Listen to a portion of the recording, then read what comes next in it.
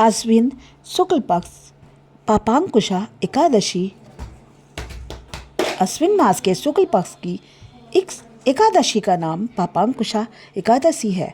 इस दिन पद्मनाभ भगवान विष्णु की भक्ति भाव से पूजा करके ब्राह्मणों को उत्तम दान एवं दक्षिणा देनी चाहिए। जनहितकारी निर्माण कार्यों, मंदिर, धर्मशाला, तालाब, प्याऊ, कुएं आदि बनवाने के कार्य प्रारंभ करने के लिए पापांकुशा एकादशी एक उत्तम मुहूर्त है। पापांकुशा एकादशी सभी पापों का अंत करने वाली है।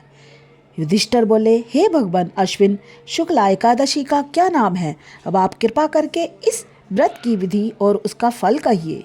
कृष्ण जी बोले, हे युधिष्ठिर, इस एकादशी का नाम पापांकुशा एकादशी है।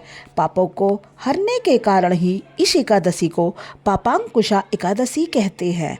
इस दिन मनुष्य को विधि पूर्वक भगवान पद्मनाभ की पूजा करनी चाहिए। यह एकादशी मनुष्य को मनवांछित फल प्राप्त कराने वाली है। मनुष्य को कठोर तपस्या कर जो फल मिलता है, वह फल भगवान गरुण ध्वज को नमस्कार करने से प्राप्त हो जाता है।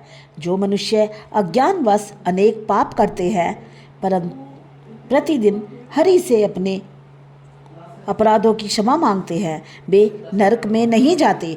विष्णु के नाम के कीर्तन मात्र से संसार के सब तीर्थों के पुण्य का फल मिल जाता है। जो मनुष्य सारंग पाणी भगवान विष्णु की शरण में जाते हैं, उनको कभी भी यम यातनाएं नहीं भोगनी पड़ती।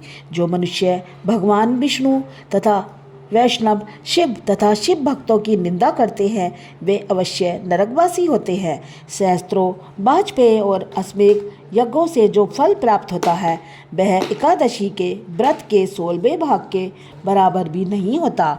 इसके समान पवित्र तिथि तीनों लोकों में नहीं है। इस एकादशी जैसा पुण्यदायी कोई व्रत नहीं है।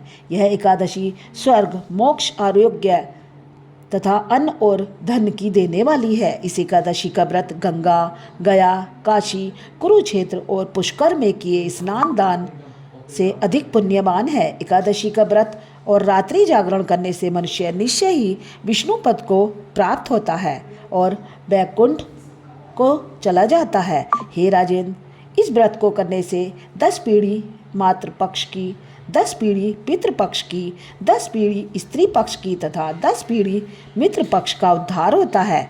वह सब दिव्य देह धारण कर चतुर्भुज रूप हो, पीताम्बर पहनने और हाथ में माला लेकर गरुड़ पर चढ़कर विष्णु लोक को जाते हैं। वे नपोतम बाल्यावस्था, युवावस्था और वृद्धावस्था में इस व्रत को करने से पापी मनुष्य को सद्गति प्राप्त होती है। तिल, भूमि, गो, अन्न, जल, छत्री तथा जूते आदि के दान करने से मनुष्य कभी भी यमराज को नहीं देखता। निर्धन मनुष्य को भी अपनी शक्ति के अनुसार दान करना चाहिए तथा जो मनुष्य सरोवर, बाग, मकान आदि बनवाकर दान करता है, उसे यम के दुख नहीं मिलते तथा वह मनुष्य संसार में दीर्घायु होकर धनंजय, कुलीन और रोग रहित रहते हैं और अंत में स्वर्गलोक को जाते हैं। हे राजन, जो व्यक्ति मन, वचन और कर्म से भगवान विष्णु की शरण में जाता है, तो स्वयं भगवान उसकी रक्षा करते हैं। ओम जय श्री हरि। ओम जय श्री हरि।